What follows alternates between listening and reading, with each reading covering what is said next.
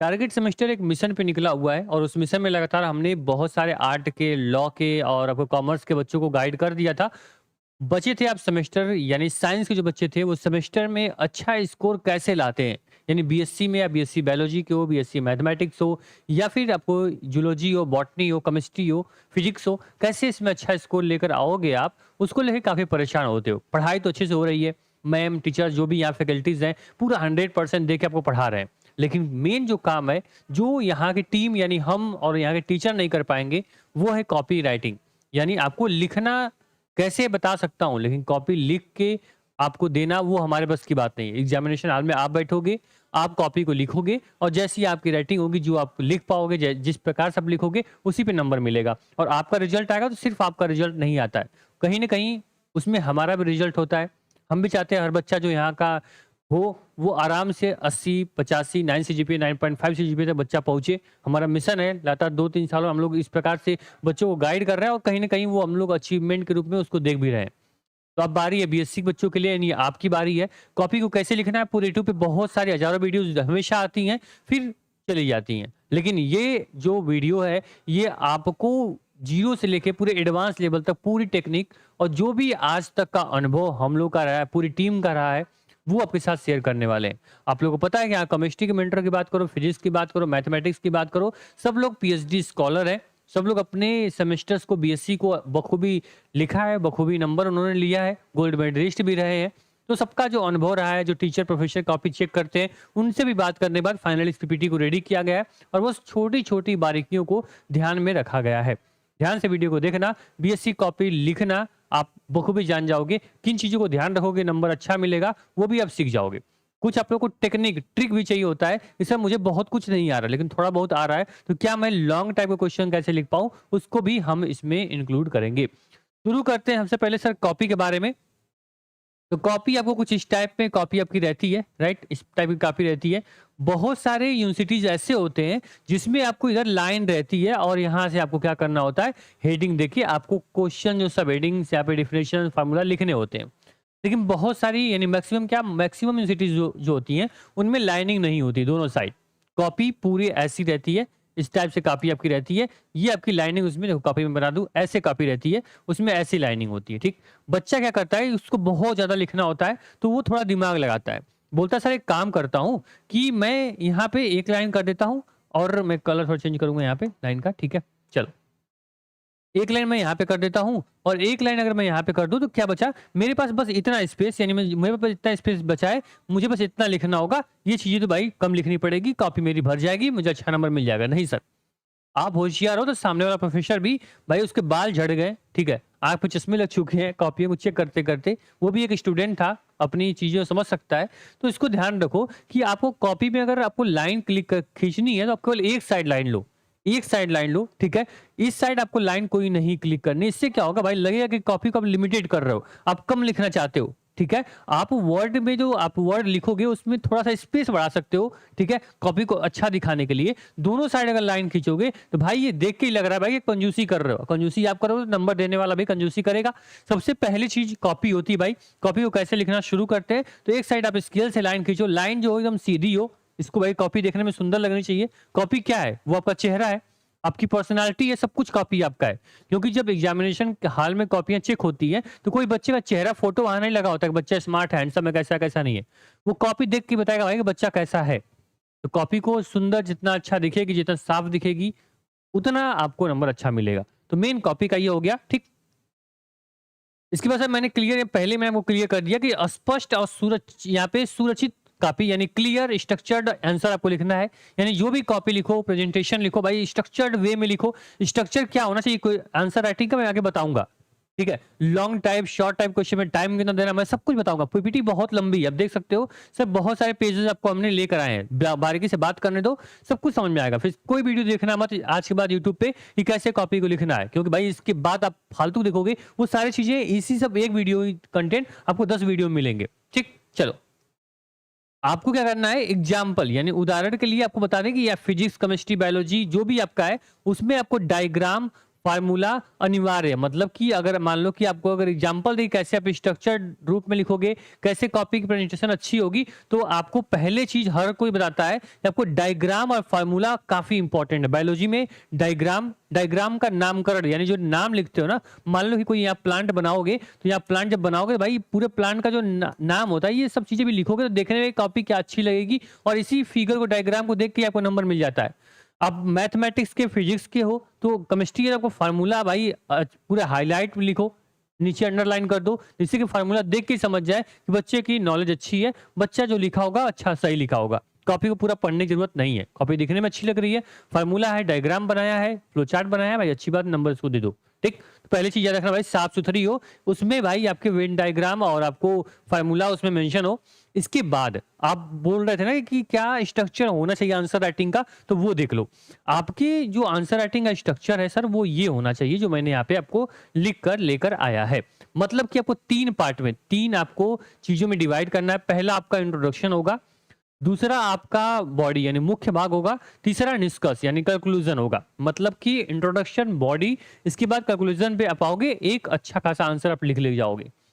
ये करना है सर। आपका शॉर्ट टाइप क्वेश्चन है तब भी आपको ये करना है, अगर लॉन्ग टाइप क्वेश्चन का आंसर लिखना है तब भी आपको यही करना है। शॉर्ट टाइम में आपको शॉर्ट में लिखना है, लॉन्ग टाइम में आपको सब हेडिंग दे देके आपको अच्छे से डिटेल में उसको डिस्कस करना है। आगे एग्जांपल दूंगा मैं कैसे लिख सकते हो, मैं बताऊंगा अभी। देखो जैसे यहाँ पे एग्जाम्पल मैंने यहाँ पे दिया है, मान लो अगर आपको कि यहाँ पे क्लियर बोला गया है कि यहाँ पे अवधारणा को स्पष्ट रूप से परिभाषित करें। मान लो जैसे आ गया आपका कि न्यूटन का दूसरा नियम, ठीक है, मान लो शॉर्ट में पूछे न्यूटन का दूसरा नियम लिखो, तो क्लियर लिखो भाई कि बल इज इक्वल टू द्रव्यमान इनटू आपका क्या है त्वरण, यानी F is equal to ma।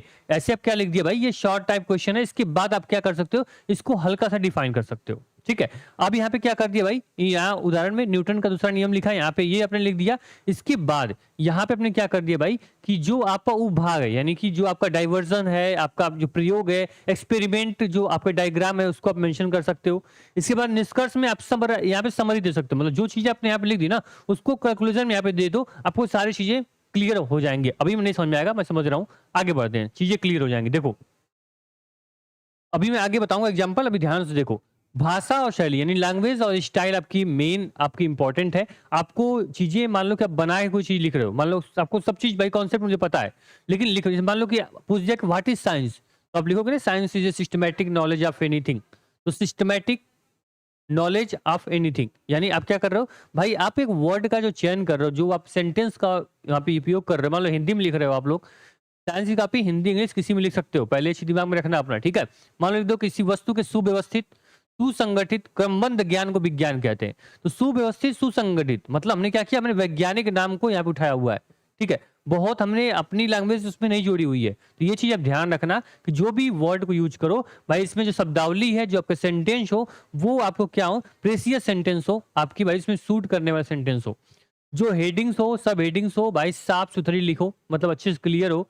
जो बाइलिंगुअल राइटिंग यानी कि आप मान लो हिंदी में कंटेंट लिख रहे हो तो इंग्लिश का भी उसमें यूज करो। जैसे मान लो कि यहाँ पे एंजाइम आ गया, तो एंजाइम को हिंदी में लिखने के बजाय एंजाइम को इंग्लिश में लिखो। जैसे मैंने यहाँ पे देखो, यहाँ पे एग्जांपल लगाया हुआ है। ठीक है, वेवलेंथ आ गया, तो वेवलेंथ को आप लोग मान लो हिंदी में कॉपी राइटिंग लिख रहे हो भाई, उसमें इंग्लिश इंक्लूड कर दो। मैं हिंदी मीडियम के बच्चों को बात कर रहा हूँ, इंग्लिश वाले तो केवल इंग्लिश में लिख दे, कोई उनको दिक्कत नहीं होगी। ठीक, तो ये मैंने एग्जाम्पल से यहाँ पे ऐड किया। पहला बताया मैंने आपको कि शब्दावली जो हो वो आप अच्छे से सिलेक्ट करो, जो आपके सेंटेंस हो उसमें प्रीसियस सेंटेंस हो, जो आपके हेडिंग सब हेडिंग हो क्लियर हो, साफ सुथरी हो।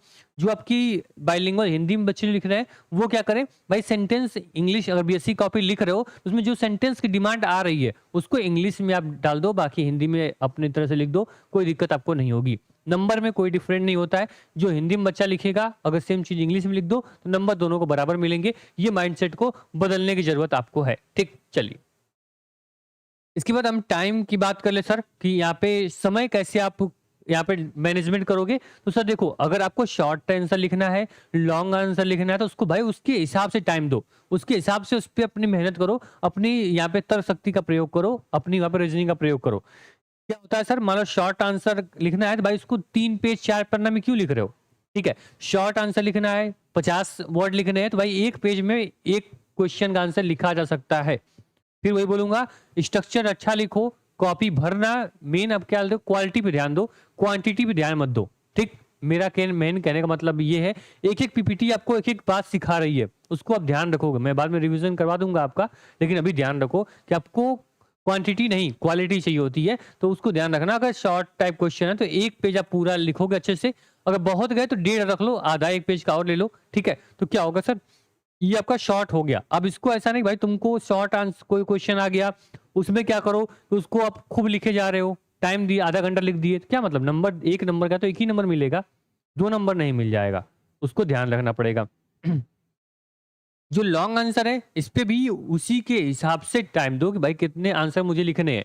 2 घंटे का टाइम मुझे मिला है तो मैं किस पे कितना टाइम दूंगा कि मेरा टाइम मैनेज हो जाएगा। शॉर्ट पे 5 मिनट चाहिए तो बस 5 मिनट दूंगा, लॉन्ग पे 15 मिनट चाहिए, आधा घंटा चाहिए, मैं आधा घंटा इस क्वेश्चन को लिखने में दूंगा। उसमें जितना लिख जाएगा मैं लिख दूंगा, उससे ज़्यादा टाइम मैं नहीं दूंगा, क्योंकि मुझे सारे क्वेश्चन को अटेम्प्ट करने हैं।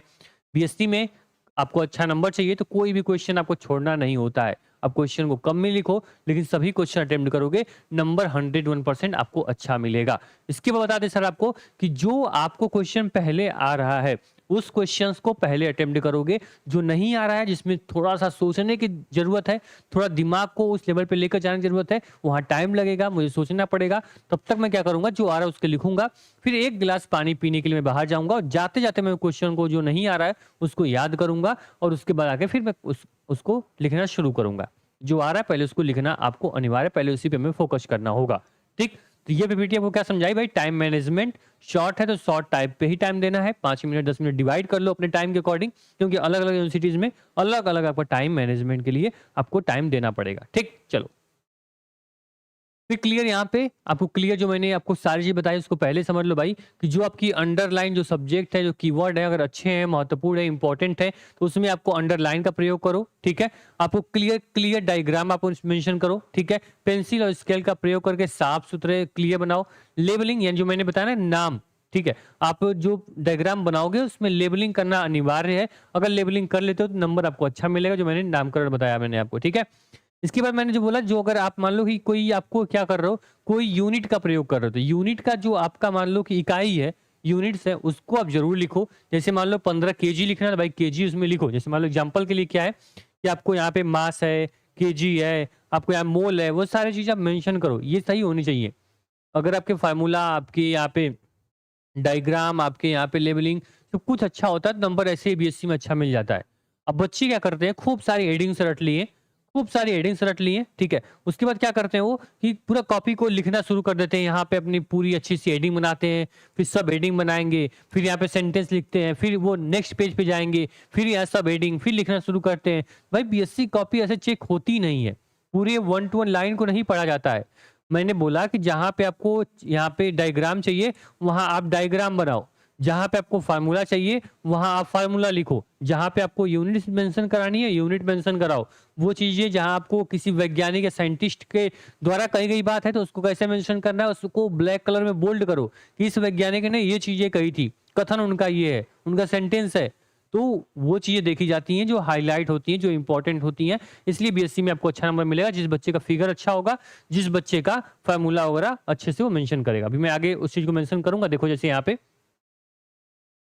जैसे मान लो कि यहाँ पे जो फार्मूला है उससे को मेंशन कर दिया। जैसे मान लो यहाँ मैंने जो बोला ना कि अकॉर्डिंग टू मेंडल्स, ठीक है, जैसे आपको मेंडल्स लॉ आ गया तो according to Mendel's, according to आप यहाँ पे हुक्स जो भी आपको लेना है वो आप यहाँ पे क्या कर सकते हो, यहाँ मेंशन करो। इसको अब क्या करना है कि जो आपको यहाँ पे लिखे हो इसको भाई पहले इन्वर्टेड कॉमा में डालो, भाई इनके अकॉर्डिंग हम कर रहे हैं, ये आपको अंडरलाइन कर दो। जिससे क्या होगा कि आपको यहाँ पे ये चीजें मेंशन होगी सिद्धांत, और आपको अच्छा नंबर मिल जाएगा।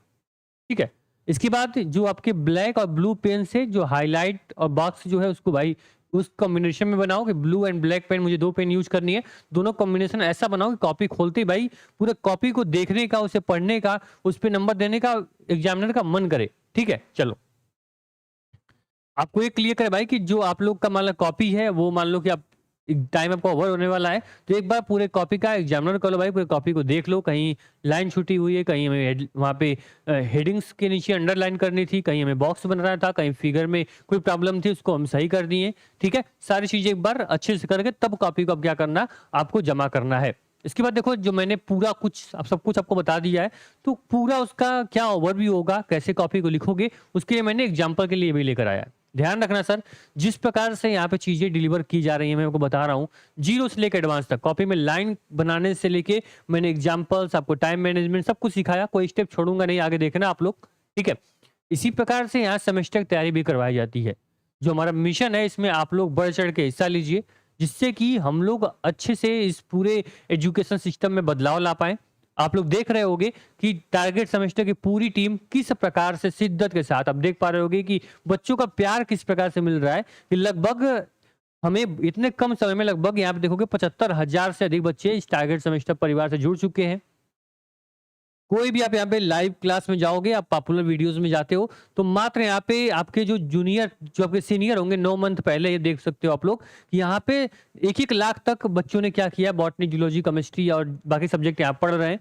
इसलिए कि भरोसा है, एक प्रकार का कंटेंट यहाँ पे डिलीवर किया जा रहा है जो इन लोगों को पसंद आ रहा है और इस एजुकेशन सिस्टम में थोड़ा सा बदलाव ला पा रहा है। आप लोग जुड़ोगे, आप लोग सपोर्ट करोगे, तो निश्चित रूप से इस जो आपका ये एजुकेशन सिस्टम है, जो वास्तव में जो बच्चों को नॉलेज मिलनी चाहिए, उसको हम लोग डिलीवर करने में कामयाब होंगे। ठीक, तो ये आपका टारगेट सेमेस्टर परिवार है, सो सब्सक्राइब कर लेना अगर नहीं किए होगे तो। ठीक है, चलिए, सभी यूनिवर्सिटी की तैयारी जो है सेमेस्टर की, वो एक प्लेटफॉर्म पे कराई जा रही है, सबकी अपने अपने अकॉर्डिंग, सबका सिलेबस मैच करके यहाँ पढ़ाया जाता है। अब मैं जो एग्जांपल की बात कर रहा था वो देख लो, कि मान लो कि आपको प्रश्न आ गया कि ओम के नियम, ओम से ला की व्याख्या करें। मान लो ये क्या आ गया, ये 15 नंबर में आपको क्वेश्चन पूछ दिया, अब इसको खूब लिखना है, तो ध्यान देना सर। यहाँ पे आंसर परिभाषा, सबसे पहले डिफिनेशन लिखेंगे। ओम से नियम बताता है कि ये एक स्थिर तापमान पर कंडक्टर के माध्यम से बहने वाली विद्युत धारा, करंट, ये पूरा मतलब यहाँ पे क्या किया, पूरा डिफिनेशन आपने दिया। फिर मैंने बोला स्ट्रक्चर, फार्मूला दिया कि भाई V is equal to I R, जहां V क्या है, I करंट है, R क्या है, रेसिडेंशियल चीजें मैंने यहाँ पे क्लियर बता दी।